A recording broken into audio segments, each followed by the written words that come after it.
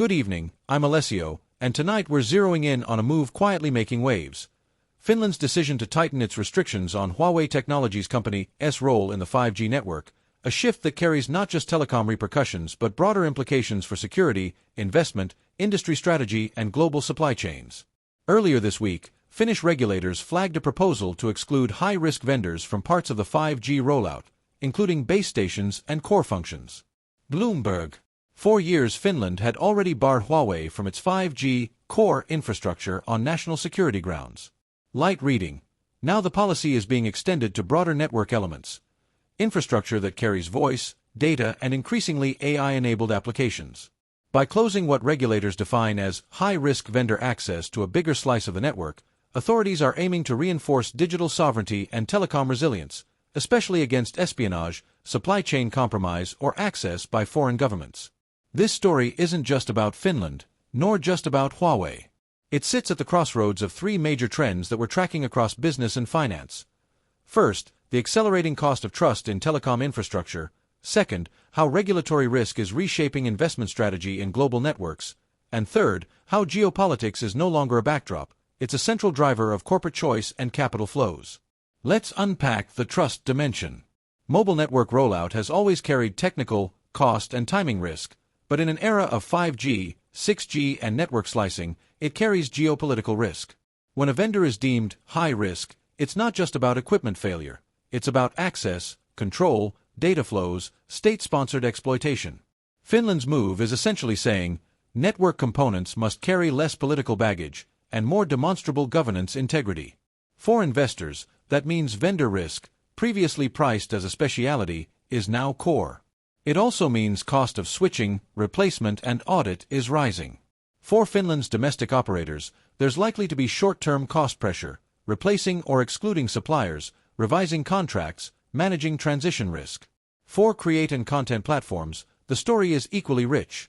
You can no longer talk about 5G expansion without adding vendor compliance, national security review, or trusted supply chain as chapters. Second, regulatory risk as investment filter. When a country like Finland moves from core only to core and base station exclusion, it signals a broader willingness to revisit past deals, challenge incumbent vendor positions, and shift procurement norms.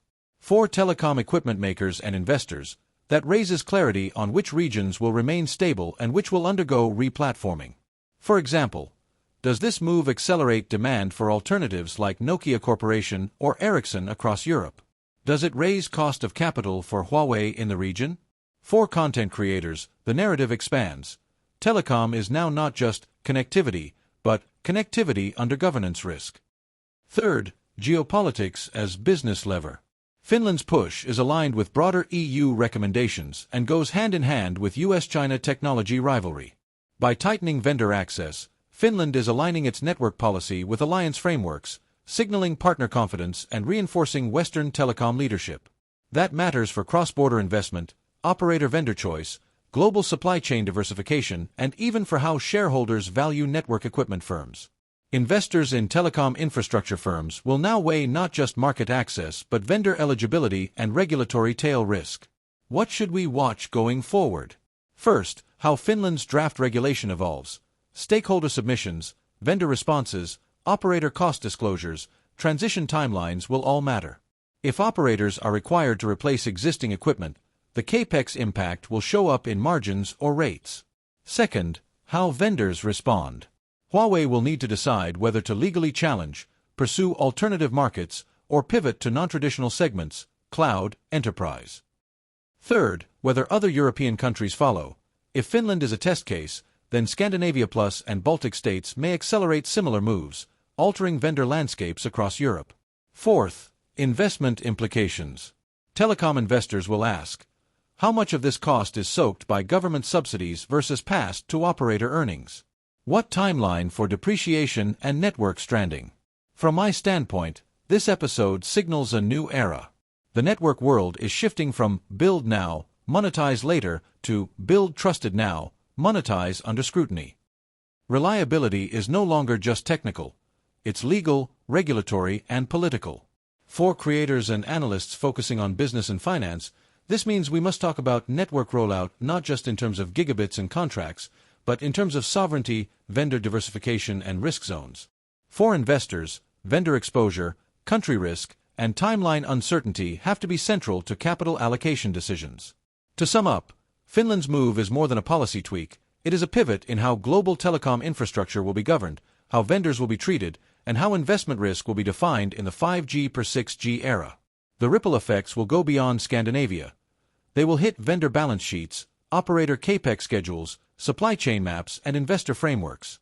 Keep your eyes on where the next high-risk vendor exclusion lands, which operators pivot fastest, and how the industry's cost base adjusts. Because in the network business of the future, trust is just as important as throughput. I'm Alessio, and that's your business and finance update for tonight. Stay alert, stay informed, and remember, in telecom, what's sitting between the antenna and your phone may carry as much risk as what it carries in data.